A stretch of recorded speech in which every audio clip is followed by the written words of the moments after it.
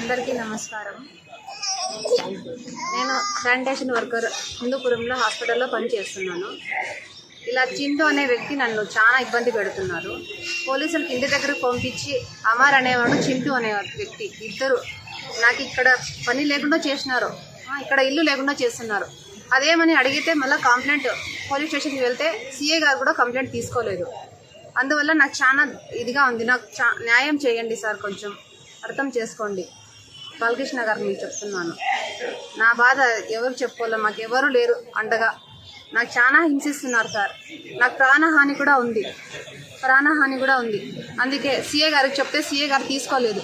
అందుకే డిఎస్పీ మేడంకి నేను చెప్తున్నాను, మేడం మీరే నాకు అండగా ఉండాలని కోరుకుంటున్నాను. నాకు ఎవరు లేరు మేడం. నా కొడుకు, మా అమ్మ కూడా వికలాంగురాలు. దాన్ని చాలా హింసిస్తున్నారు హాస్పిటల్లో.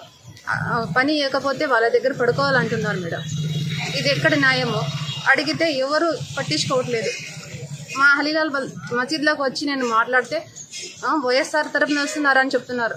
వాళ్ళ తరఫున వీళ్ళ తరఫున నేను రాలేదు మేడం. న్యాయం జరగాలని వచ్చినాను నేను. ఆయన న్యాయం చేయట్లేదు. ఇక్కడ మీరే నాకు న్యాయం చేయాలని కోరుకుంటున్నాను. బాలకృష్ణ గారు, మీ ఇంట్లో ఒక ఆడబిడ్డ ఇలా జరిగితే మీరు ఊరికే ఉంటారా? నా బాధ చాలా ఇదిగా ఉంది. నాకు ఈ తిండి కూడా లేకుండా చేస్తున్నారు వాళ్ళు. మీరే నాకు న్యాయం చేయాలి ఎలాగైనా కానీ. ఇదే నా మన్నవి.